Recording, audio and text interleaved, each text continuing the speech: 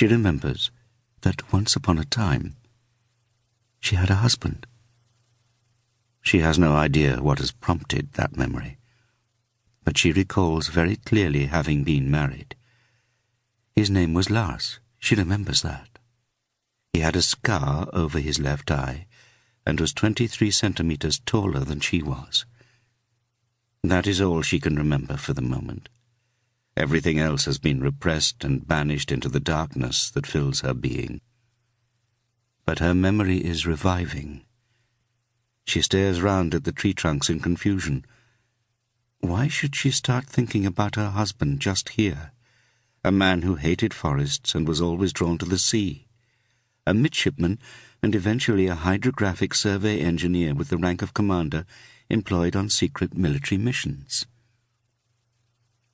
The fog starts to disperse, melting away. She stands rooted to the spot.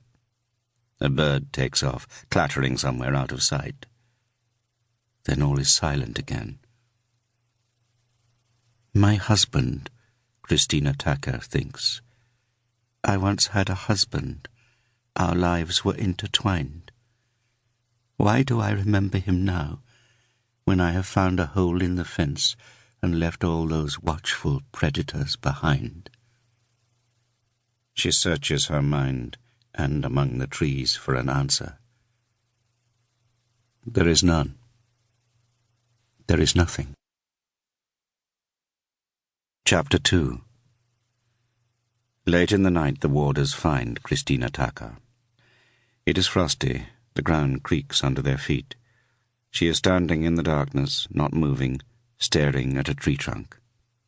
What she sees is not a pine tree, but a remote lighthouse in a barren and deserted archipelago at the edge of the open sea. She scarcely notices that she is no longer alone with the silent tree trunks. That day in the autumn of 1937, Christina Tucker is 57 years old. There is a trace of her former beauty lingering in her face. It is 12 years since she last uttered a word.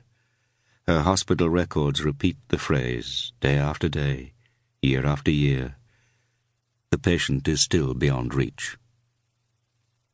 That same night, it is dark in her room in the rambling mental hospital. She is awake.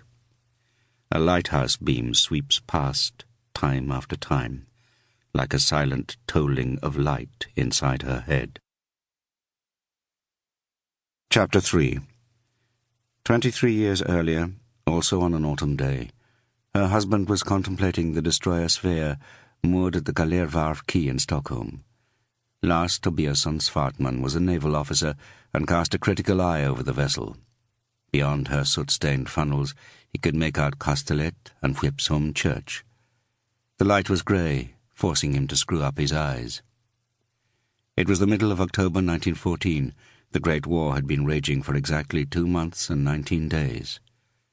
Lars Tobiasson-Svartman did not have unqualified faith in these new armoured warships. The older wooden ships always gave him the feeling of entering a warm room.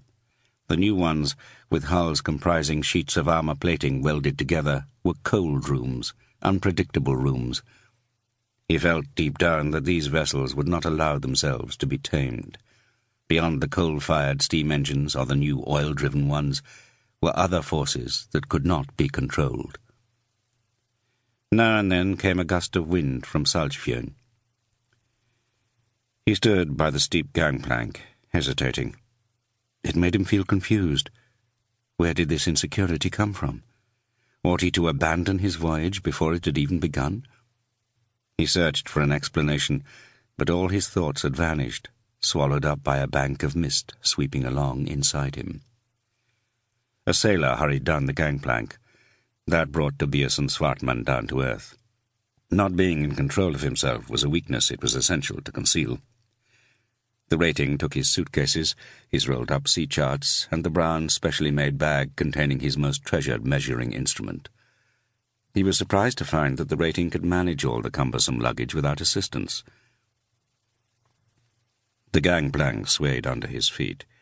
He could just make out the water between the quay and the hull of the ship, dark, distant.